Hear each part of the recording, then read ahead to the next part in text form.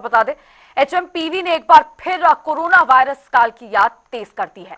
चीन में एचएमपीवी की चपेट में सैकड़ों लोग आ गए हैं, तो वहीं दुनिया भर के देश इसको लेकर अलर्ट हो गए हैं। एचएमपी वायरस को लेकर भारत में स्वास्थ्य विभाग सजग हो गया है। डॉक्टर्स का कहना है कि ये कोई नया वायरस नहीं है, लेकिन बचाव इसके लिए बहुत जरूरी है। तो वहीं हेल्थ एक्सपर्ट समीर भाटी का क्या कुछ कहना है, बात की हमारे संवाददाता स्पर्श शर्मा ने। सुनिए। एचएमपीवी वायरस को लेकर पूरे देश भर में अलर्ट है, लोगों में असमंजस की स्थिति भी है। हमारे साथ में medical expert, health expert doctor Sameer Bhati ji हैं। सर, आम शब्दों में अगर समझना चाहें कि किस तरीके से लोग जो है इससे अगर जो प्रिकॉशनरी मेजर है वो उठाते हुए नजर आ सकते हैं। बस तो एक तो ये है कि नया वायरस तो है नहीं, पुराना वायरस है, सांस से संबंधित प्रॉब्लम कॉज करता है। तो अब इसमें आप ये ध्यान रखना है कि जो भी सांस से संबंधित प्रॉब्लम कॉज करता है, मतलब हमारे लंग्स को इफेक्ट करता है या हमारे गले को इफेक्ट करता है, तो वो हमारे शरीर में एंटर कैसे करता है। या तो अगर व्यक्ति खांसता छींकता है तो उसके जरिए हमारे अंदर एंटर कर जाएगा। तो इसलिए ध्यान रखना है कि आप खांस छींक रहे हैं तो आप रुमाल का इस्तेमाल करें, या कोई आपके सामने छींक या खांस रहा है तो आप उससे थोड़ा दूर हट जाएं। तो एक तो ये सावधानी हो गई। दूसरी सावधानी, क्योंकि हाथों के जरिए वो आपके शरीर में एंटर करेगा। वो कैसे कि आप कई जगह पे हाथ लगाते, किसी भी जगह पे अगर किसी संक्रमित व्यक्ति ने हाथ लगाया, आपने वहां हाथ टच किया और अपने फेस पे लगाया, तो आपके शरीर में एंटर कर जाएगा। तो इसलिए हाथों की सफाई का ध्यान रखना है, मतलब साबुन और पानी से आप हाथ धोएं। बाहर ज्यादा ट्रेवल करते हैं आप तो अपने साथ सैनिटाइजर रखिए ताकि हाथों को ठीक तरीके से सैनिटाइज कर सके। बार बार आपको फेस को टच नहीं करना हाथों से, ये सब आप ध्यान रखिए।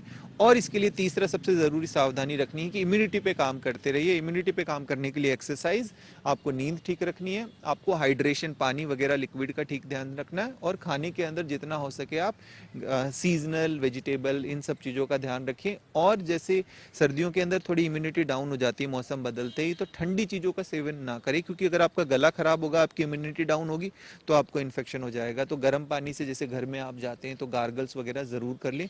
छोटे बच्चों को बचा कर रखें, छोटे बच्चों की इम्यूनिटी बनी हुई नहीं होती, तो उनके पास आप जाते हैं तो हाथों को अच्छे से वॉश वगैरह कर फिर जाएं। अगर आपको इन्फेक्शन है तो कोशिश करें बच्चों से दूर रहिए, और जो घर में बुजुर्ग हैं उनके पास भी यही सावधानी बरतनी है। सर, चूंकि इस वायरस के साथ चाइना का नाम जुड़ गया, और हमने देखा कि चाइना से कोविड का जब नाम आया था तो एक बड़ी संख्या में जो कैजुअलिटी थी वो भी होती हुई नजर आई थी।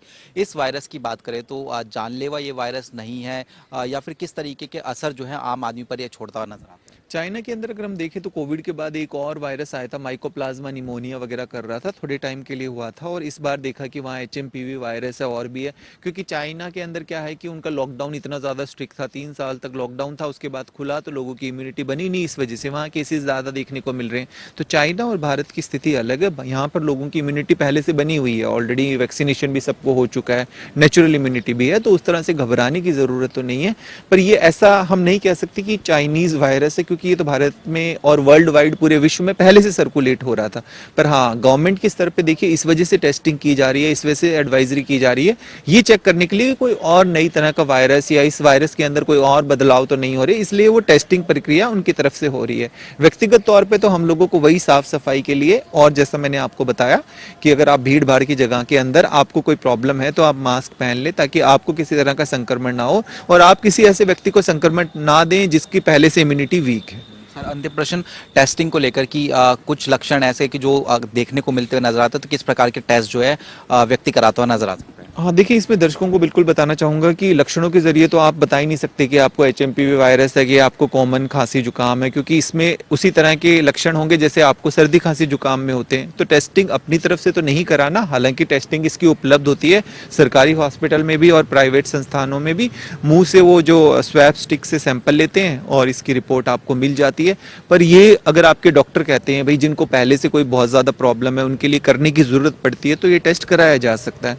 नहीं तो आपको ये आई थिंक 5-6 दिन के अंदर आपका वायरस ठीक हो जाता है। बट एक चीज का बस ध्यान रखना, अपनी तरफ से कोई भी दवाओं का, एंटीबायोटिक का इस्तेमाल नहीं करना बिना डॉक्टर की सलाह का। तो बस यही आपको ध्यान रखना। बहुत बहुत शुक्रिया। तो हमारे साथ में health expert doctor Sameer Bhati ji थे। एचएमपीवी वायरस को लेकर तमाम सवालों के जवाब फिलहाल देते हुए नजर आ रहे थे। कैमरामैन मोहित के साथ स्पर्श शर्मा, जनता टीवी।